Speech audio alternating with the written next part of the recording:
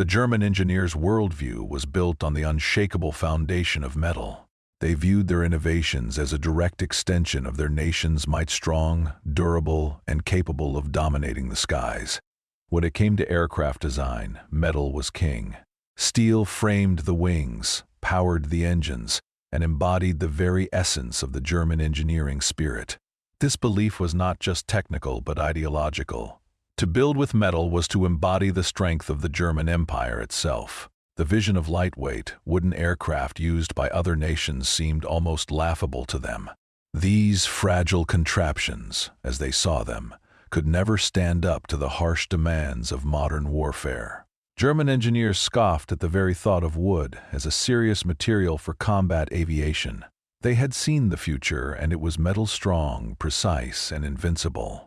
As they worked tirelessly in their workshops, the thought that anything made of wood could compete with the advanced metal designs they were crafting never crossed their minds. They were engineers of power, and to them, power could only be achieved through solid, unyielding metal. It wasn't just a matter of preference for German engineers. It was a fundamental dismissal of what they perceived as the backward, inefficient thinking of others. The idea of using wooden planes, particularly for combat, was met with mockery. To the German mind, it was a joke, a relic of a time when aviation was still in its infancy. They couldn't fathom how anything made from wood could withstand the brutal conditions of aerial warfare. The idea was so foreign to them that they ridiculed the notion in their discussions and reports, belittling the efforts of their competitors. Wooden planes, they believed, were an impractical, obsolete concept and unnecessary risk for any military operation. The more they developed their own metal machines, the more they dismissed the very idea of rival nations using such primitive designs. To them, metal aircraft represented not just technology but the future of warfare, and any deviation from that vision was, at best, naive and, at worst, dangerously misguided. The German engineers' mockery of wooden planes wasn't just about the material, it was a statement about their belief in their own superiority, their conviction that only their way could succeed in the harsh reality of war. And in their eyes, the world was bound to see that truth, as their metal creations would inevitably dominate the skies. The Sopwith Pup, with its wooden frame and compact design, was unlike anything the Germans had anticipated. Built primarily from timber, it was a stark contrast to the heavy, steel-constructed fighters the Germans had so confidently relied upon. When it first appeared, the Pup was met with skepticism. To the German engineers, it seemed almost laughable, a flimsy, fragile thing compared to their own aircraft, which were engineered for strength and durability. But what the Sopwith Pup lacked in weight and material, it made up for in ingenuity. Designed for quick, nimble maneuvers, it could outperform the German planes in agility and speed. Its lightweight build allowed for sharp turns, making it a formidable adversary in the hands of skilled pilots. But despite its potential, it faced considerable doubts. How could something made of wood withstand the rigors of aerial combat against the formidable German fighters? Many saw it as an untested gamble, a step backward in a world that valued progress in steel and engine power. Yet, within this simple structure lay a plane that would not only challenge the perception of what a fighter plane could be, but also redefine aerial combat itself. The Sopwith Pup was born from vision and necessity, a symbol of innovation that would soon earn its place in the skies. Despite the skepticism that surrounded it in its early days, behind the Sopwith Pup's design was a team of passionate engineers and pilots who believed in its potential, even when others didn't. It wasn't just about crafting a plane to fight in the skies, it was about creating something that could outsmart the enemy, regardless of what materials it was made from. The designers of the Pup focused not just on the plane's weight, but on its maneuverability, its ability to outfly and outsmart its rivals. They were determined to prove that an aircraft didn't need to be the heaviest or most robust to be effective. It needed to be quick, agile, and adaptable to the ever-changing demands of aerial warfare. The Pup's design was a masterpiece of simplicity. Its compact size allowed for tight turns and rapid ascents, making it a formidable opponent in dogfights. The brilliance of the Sopwith Pup lay in the way it combined these elements. making it a weapon not just of power but of precision. For those who believed in its potential, it was a symbol of hope, a new direction in aviation that could tip the scales in favor of the Allies. As the plane took to the skies, it began to reveal its true promise, demonstrating that sometimes the future of warfare isn't determined by the material used, but by the vision and ingenuity behind its creation. The Sopwith Pup was not just a plane, it was the embodiment of the belief that innovation could overcome even the most entrenched perceptions of what was possible. When the Sopwith Pup first took flight, it was with an air of uncertainty. Some viewed it as nothing more than a novelty, a fleeting experiment in the endless race for aerial superiority. But as the plane rose into the air, its design began to show its true potential. Powered by a relatively modest engine, the Pup defied expectations with its nimbleness. The pilots who flew it marveled at its speed and agility, able to outturn the larger, bulkier German fighters with ease. Each flight showcased its precise control and exceptional maneuverability, far exceeding what its critics had believed was possible. The Pup was light, quick, and, crucially, able to perform sharp, tight turns, something its German counterparts, heavy with metal, struggled to match. It wasn't long before the Sopwith Pup's reputation began to shift, not just among British pilots, but also among the German ranks who had once mocked it. As the plane rose to meet the challenge of aerial combat, it became clear that the Pup was no mere experiment, it was a force in the making. A challenge to the very notion of what an aircraft could be. Its performance was so unexpected that it set the stage for a series of confrontations that would leave the German engineers and pilots questioning their previous assumptions. The first encounters between the Sopwith Pup and the German aircraft were a study in underestimation. German pilots, still laughing at the thought of a wooden plane taking on their metal giants, were caught off guard by the Pup's ability to outfly them. They had anticipated a slow, cumbersome plane, easily dispatched with a few well-placed shots. Instead, the Pup darted and spun, evading attacks with an almost eerie precision. German fighters, built for speed and power, found themselves unable to keep up with the Pup's agility. What was initially dismissed as a weak contender soon became a genuine threat. The German pilots, accustomed to dominating the skies, now found themselves struggling to land hits on a target that was far quicker and more elusive than anything they had expected. As each encounter unfolded, the German belief in their technological superiority began to erode. The Sopwith Pup's agility and control stunned even the most experienced pilots, forcing them to reevaluate their assumptions about aerial combat. The Pup was more than a challenge, it was a revelation. Slowly, the Germans had to come to terms with the reality that this seemingly insignificant plane, crafted from wood and innovation, could hold its own in a way they had not anticipated. The mockery had faded, replaced by the realization that the Pup was no longer a joke but a legitimate adversary, forcing the Germans to rethink their approach to air warfare. In this clash of assumptions, the Sopwith Pup had proven that sometimes the greatest strength lies not in the materials used, but in the ingenuity and purpose behind the design. The first dramatic dogfight between the Sopwith Pup and a German aircraft occurred on a crisp morning, the sky filled with tension. German pilots, certain of their superiority, had little reason to believe the small wooden Sopwith Pup posed any real threat. But as they engaged, they quickly realized how wrong they were. The German aircraft, built for power and speed, found themselves struggling to keep up with the Pup's agility. As the two planes twisted and turned in the sky, the German pilots' attempts to land a shot became increasingly futile. The Sopwith Pup, nimble and responsive, darted in and out of their firing lines with ease, performing sharp maneuvers that left the Germans struggling to match its pace. The sheer speed of the Pup, coupled with its remarkable ability to perform sudden, tight turns, left the German aircraft at a disadvantage. The Pup's pilot, fully aware of the advantage, kept the fight in his favor. With each move, the German plane seemed slower, heavier, its bulky frame unable to compete with the lightweight, agile Pup. The first encounter ended with the German aircraft fleeing, unable to maintain the pursuit.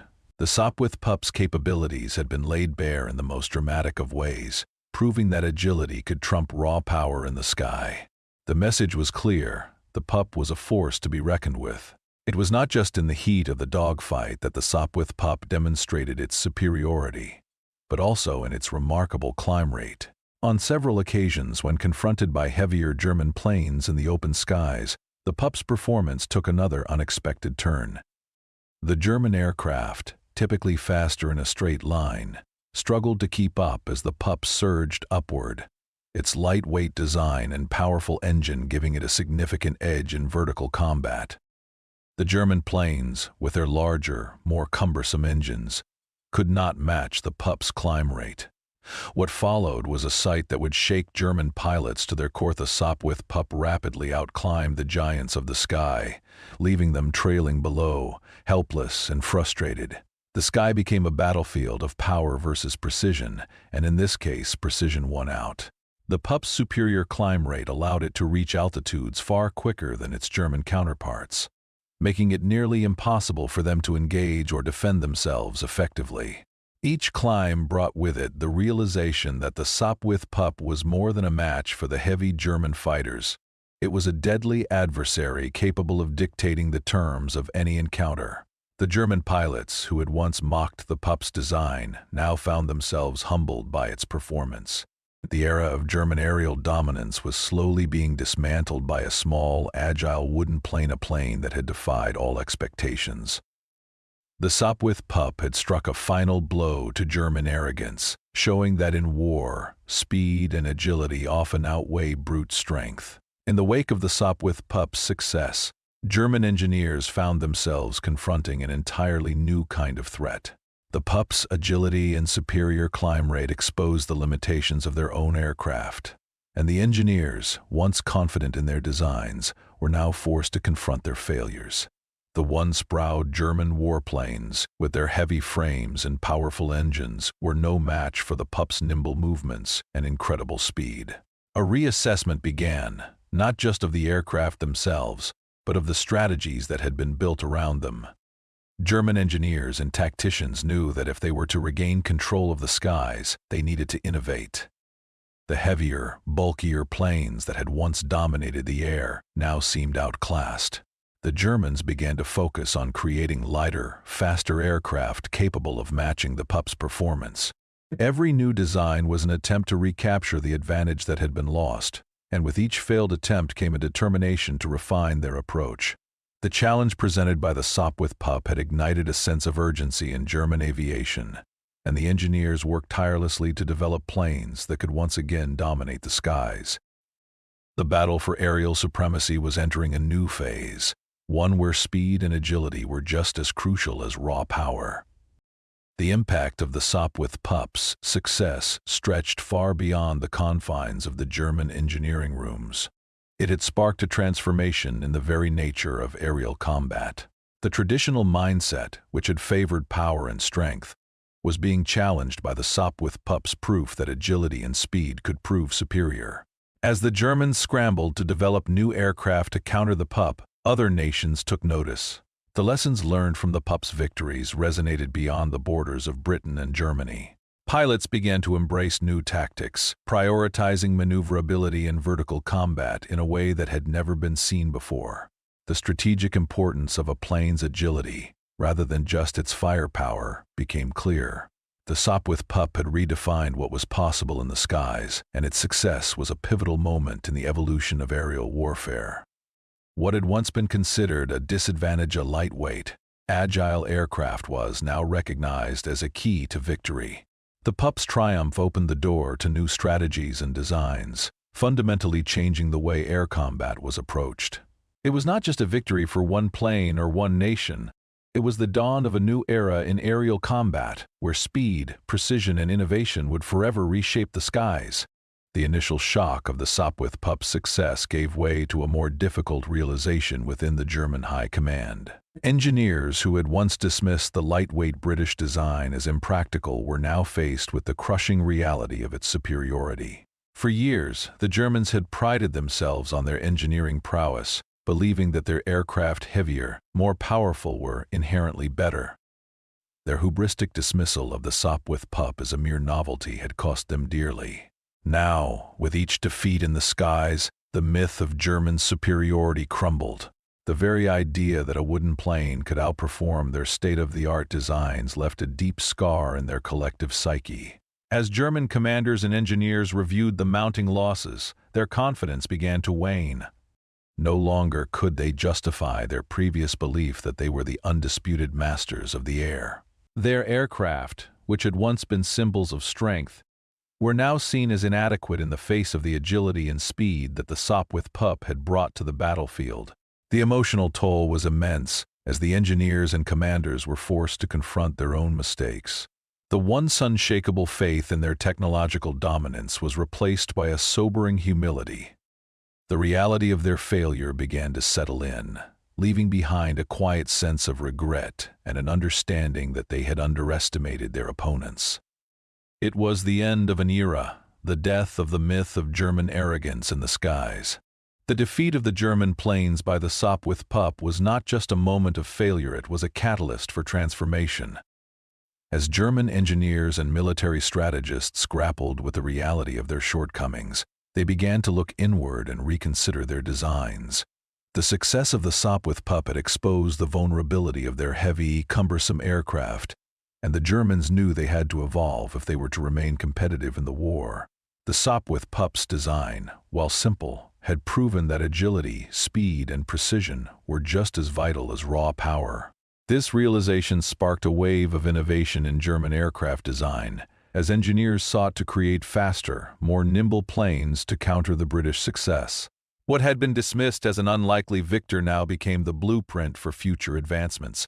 The Sopwith Pup's success reverberated far beyond the skies over Europe. It signaled a shift in thinking that would ripple throughout the world of aviation, inspiring new ideas and new designs. Its legacy lay not only in its performance but in the way it altered the trajectory of aerial warfare, pushing all nations toward more efficient and dynamic aircraft. For the Germans, the Sopwith Pup's victory became a bitter lesson, but one that would lead to significant technological strides. The shift from pride to innovation, from arrogance to adaptability, marked the beginning of a new chapter in aviation history.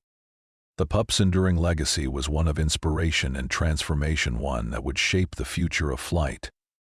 The Sopwith Pup's success resonated far beyond the front lines of the Great War. Its innovative design set a new standard in aircraft manufacturing and aerial tactics, altering the trajectory of aviation history. Before the Pup, aircraft designs had emphasized power and durability, but its victory revealed a new truth. Agility and speed were just as essential. The Pup's ability to outmaneuver heavier planes proved that dogfighting wasn't just about brute strength, it was about precision, quick reflexes, and the ability to read the ever-changing dynamics of the sky. This shift in thinking influenced the development of future aircraft, leading to the creation of lighter, more versatile machines. The impact of the Sopwith Pup was immediate, and the lessons learned from its design would echo throughout military aviation for years to come. What was once considered a weak, impractical design had now become the new benchmark. Its lightweight frame, efficient engine, and remarkable maneuverability became hallmarks of subsequent aircraft designs, inspiring not only the British but also other nations involved in the war. It was a turning point, marking the end of an era of heavy, cumbersome planes and the dawn of a new age of aerial combat. The Pup had set the bar, and from that point onward, aircraft would be designed with a focus on speed, agility, and performance. As the war ended, the Sopwith Pup's influence continued to shape the future of military aviation. It wasn't just a fleeting success, it was a harbinger of the future. The design principles established by the Pup set the stage for the next generation of aircraft, transforming aerial warfare and influencing countless innovations in aviation. Its success proved that lighter, faster planes could be just as effective, if not more so, than their heavier counterparts. In the decades that followed, the lessons learned from the Sopwith Pup would be applied to the design of new fighter aircraft, influencing the development of planes that would dominate the skies in subsequent conflicts. The Pup's legacy was far-reaching, not just in military aviation, but in the entire field of flight. It symbolized the spirit of innovation, the power of unconventional thinking, and the importance of adaptability values that would continue to drive the aviation industry for decades. The Sopwith Pup helped pave the way for innovations such as the monoplane, which would further streamline aircraft design and improve performance.